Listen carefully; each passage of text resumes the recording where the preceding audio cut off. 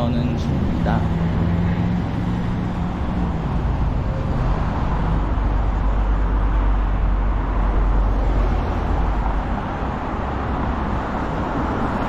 캐나다에 이민을 꿈꾸시는 분들, 캐나다에 오시고 싶으신 분들이 어떤 방법으로 오실지 많이 고민을 하실 것 같아요. 공부는 하기 싫은데 내가 이제 비자 때문에 학교에 들어가야 되는지, 다시 입학을 해서 뭔가를 배워야 하는지, 아니면 이제 영주권이 좀 수월하다는 그런 직업을 가져서 내가 일을 시작해야 되는 그런 케이스가 일반적인데요. 사실 이거는 이제 본인의 경제 상황과도 연관성이 많이 있고, 그리고 본인이 선호하는 루트가 다 다르기 때문에 뭐가 정답이라고 할 수도 없고, 다만 이제 본인이 목표하는 게 뚜렷할 때에는 물론 부정적인 것들도 있을 수 있어요. 하지만 긍정적인 거 보시고 미래를 보시고 그렇게 전진하셨으면 좋겠습니다. 캐나다는 다른 곳보다, 다른 나라보다 이민자들한테 조금 관대한 나라이고, 그리고 영주권이 뭐 모두에게 쉽진 않지만 그래도 아직은 열려 있습니다.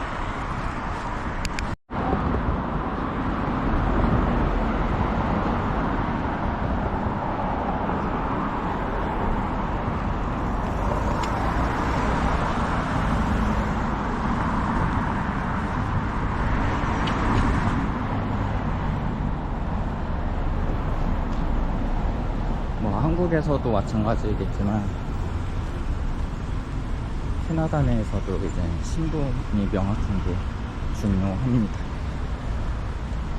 불법 체류를 하시라는 것도 아니고, 그렇다고 비자를 계속 연장하라는 말씀도 아닌데요.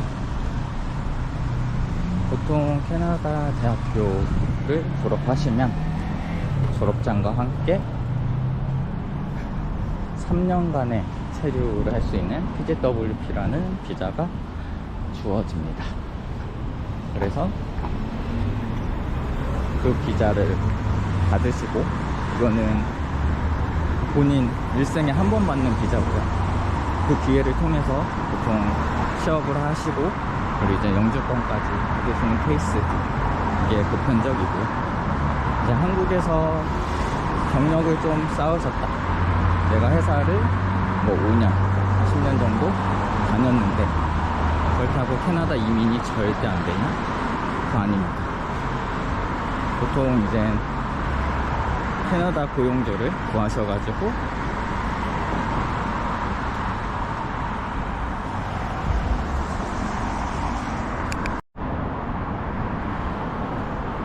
노동허가서라는 것을 받으셔가지고 이제 취업비자 나오는데요, 2년이나 혹은 3년용이 보통 나오실 거예요.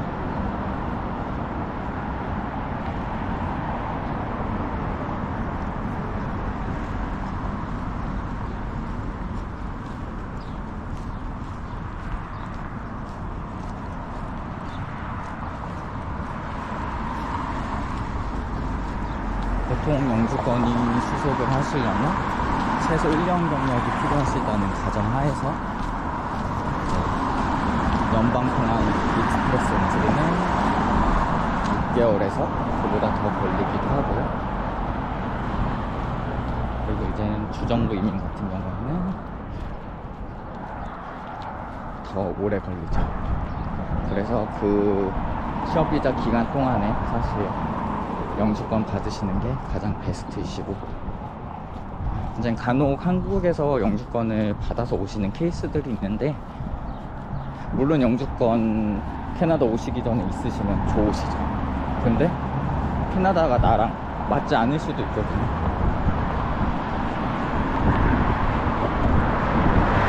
한국과 비교하면 많이 느린 점도 있고,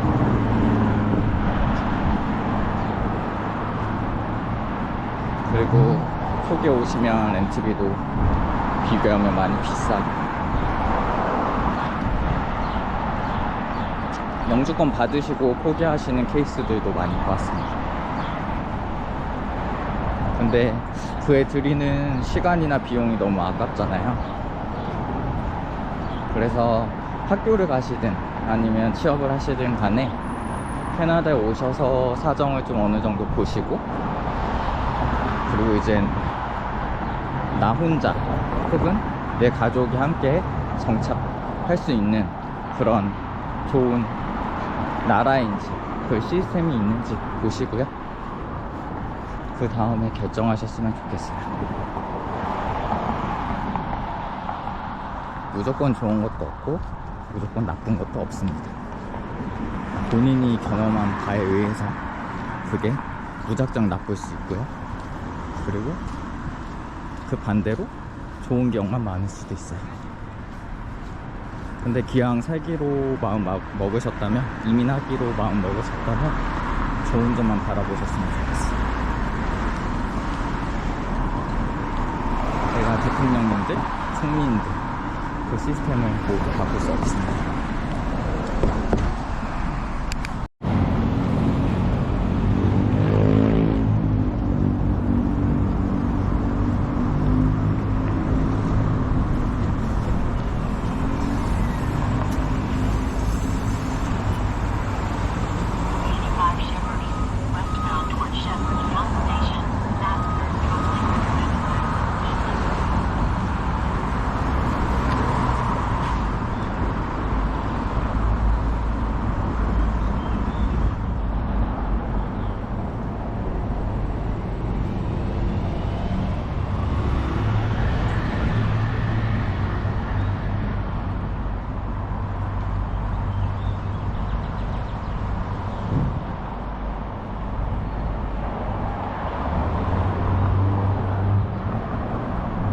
꽃이 이쁘게 펴서 잠깐 찍어봤습니다.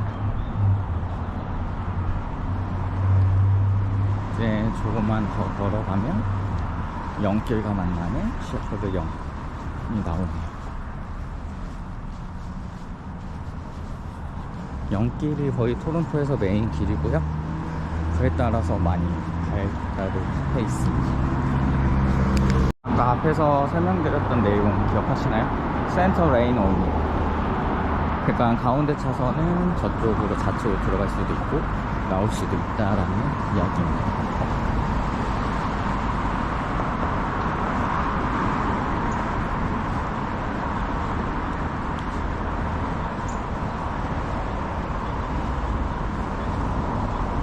아까 이제 캐나다 이민에 대해 간략하게 제가 좀 이야기를 풀어보았었는데,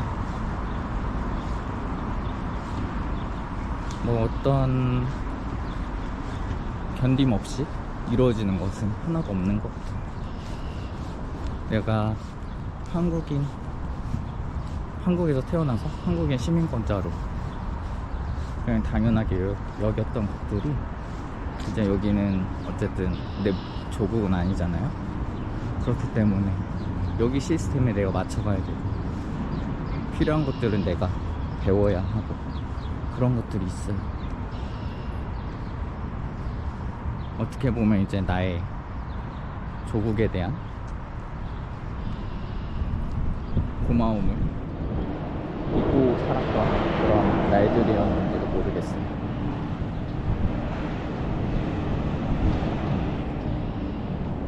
영주권을 받으면 나의 삶이 드라마틱하게 변화하냐? 그건 아니겠죠? 그래도 만 킬로 이상 떨어진 이런 한국에서 캐나다까지 와서 무언가를 해냈다, 이런 것만으로도 여러분한테는 또 성장할 수 있는 계기가 될 것 같습니다.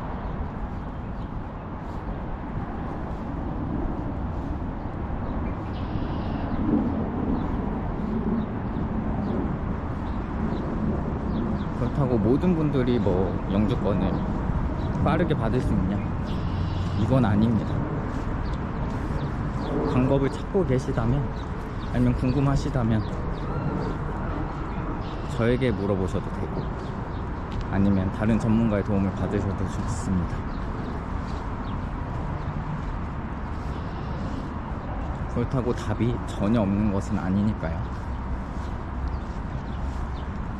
만약에 내가 외국에서 살아보고 싶다, 아니면 국민권의 영어권에서 살아보고 싶다, 이런 것들이 있으시면 한번 캐나다 고려해 보세요. 또 미국과는 좀 다른 그런 환경들이 있고 시스템도 같이 붙어 있는 땅이지만 다른 점도 많습니다.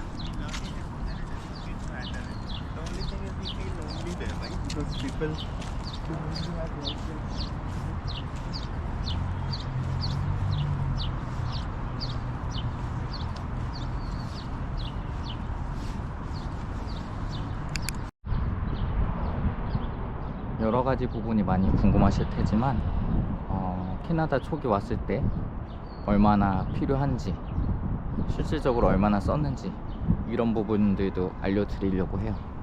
근데 이제 이거는 개인차가 있습니다. 내가 렌트비를 조금 비싸게 하더라도 직장이나 학교와 가깝게 할 것인지, 아니면 돈을 좀 아끼기 위해서 외곽으로 나갈 것인지, 이런 것들도 고려를 하셔야 되고, 뭐 어떤 음식을 먹느냐, 내가 외식을 많이 한다 그러면 지출이 당연히 많이 늘어날 거고요. 그렇지 않고 집에서 해 드신다 그러시면 상대적으로 비용을 조금 아끼실 수 있는 것 같아요. 한국에서 태어나서 부모님이 이제 어릴 때는 모든 것들을 지원해 주셨기 때문에 사실 이민이라는 게 이렇게 나의 현재 삶과 매칭하기가 어려운 부분도 분명히 있어요. 하지만 이 나라에서도 나중에 누리실 수 있는 것들이 있기 때문에 여러분 꿈을 잃지 마시고, 그리고 저의 콘텐츠 많이 봐주시고 그러시면 이제 제가 주관적이지만 느꼈던 좋은 점들 위주로 여러분에게 나누도록 하겠습니다. 오늘 영상은 여기에서 마무리하겠습니다. 감사합니다.